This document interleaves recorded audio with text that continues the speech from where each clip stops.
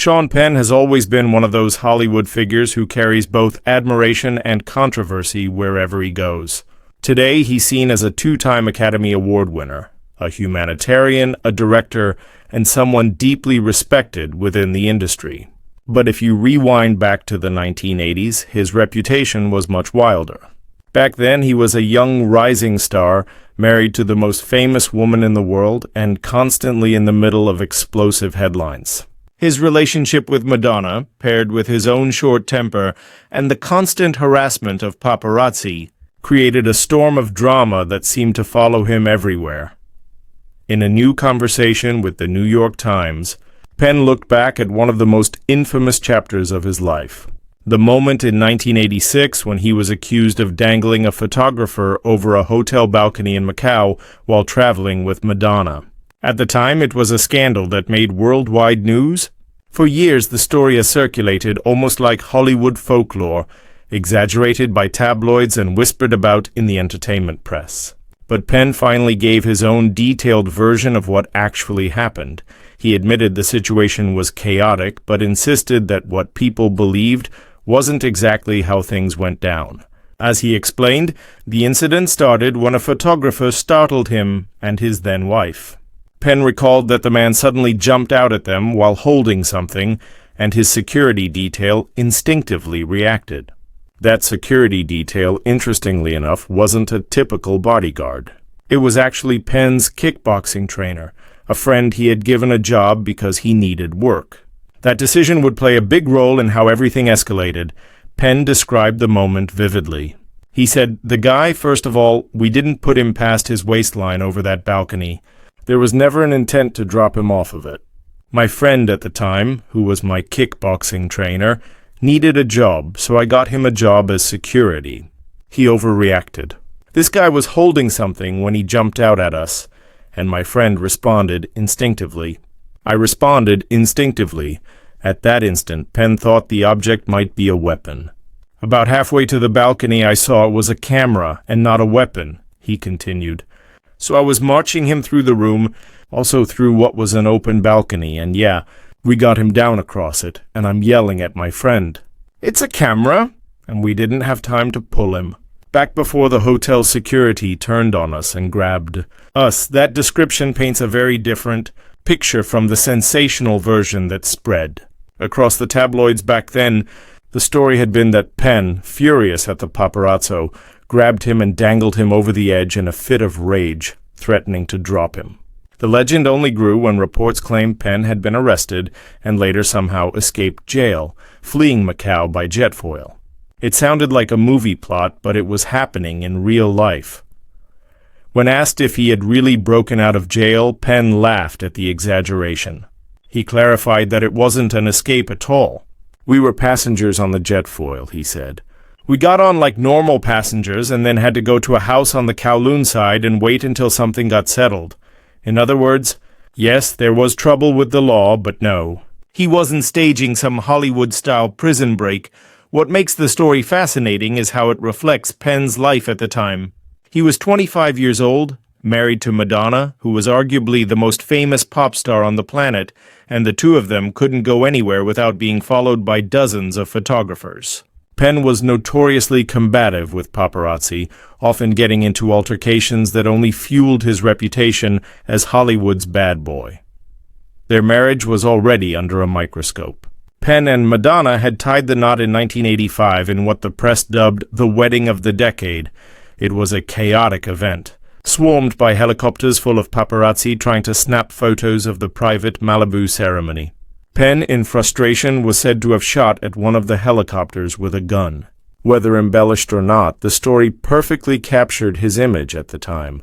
A hot-tempered star who didn't care about playing nice with the media. So when the Macau balcony story broke a year later, it only cemented the narrative that Penn was volatile. To the outside world, it was proof that he was dangerous and unpredictable. But as he describes it now, it was really a misunderstanding that spiraled out of control in seconds. He emphasizes that there was never any intention to hurt the photographer, that the man was never dangling by more than his waist, and that the entire episode ended before he even had a chance to explain what had happened. What's striking about hearing Penn recount the event now, decades later, is the way time has reshaped his perspective. He doesn't deny his instincts were aggressive, but he also doesn't shy away from admitting the role of misunderstanding and overreaction.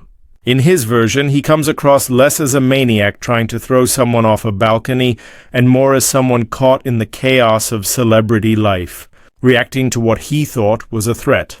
The bigger picture is that the 1980s were a defining period for Penn, for better and worse. On one hand, he was earning serious credibility as an actor, moving beyond the teen films that had made him famous.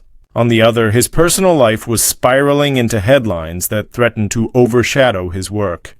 His marriage to Madonna was both glamorous and explosive, filled with passion but also constant conflict and intense public scrutiny. By the time they divorced in 1989, the couple had become one of the most talked about, and at times toxic celebrity pairings of that era. Over the years, Penn has managed to completely reshape his image, turning himself from the tabloids' favorite troublemaker into one of Hollywood's most respected figures. The transformation wasn't overnight. It took decades of consistent, remarkable work as an actor, as well as bold choices in his personal and political life, to convince the public that he was more than just the angry young star they had seen in the 1980s. His acting career reached new heights when he won his first Academy Award for Mystic River in 2004, playing a grief-stricken father in Clint Eastwood's haunting crime drama. The role demanded intensity, vulnerability, and raw emotional power, and Penn delivered in a way that silenced even his harshest critics. Just a few years later, in 2009, he won his second Oscar for Milk, embodying the trailblazing politician Harvey Milk with a warmth, humanity, and charisma that surprised many who had long associated him with his explosive temper. Those two performances alone solidified Penn as one of the greatest actors of his generation, but his legacy isn't just about film. Penn also became known for his activism. He traveled to Iraq during the build-up to the 2003 U.S. invasion to publicly voice his opposition, an action that drew controversy but reflected his outspoken convictions. Following Hurricane Katrina in 2005, he personally traveled to New Orleans with a boat to rescue stranded residents, not as a photo opportunity, but as a hands-on effort to save lives. Later, he founded the JP Haitian Relief Organization after the devastating 2010 earthquake, spending months on the ground to coordinate aid and rebuild communities. This blend of artistry and activism helped redefine him.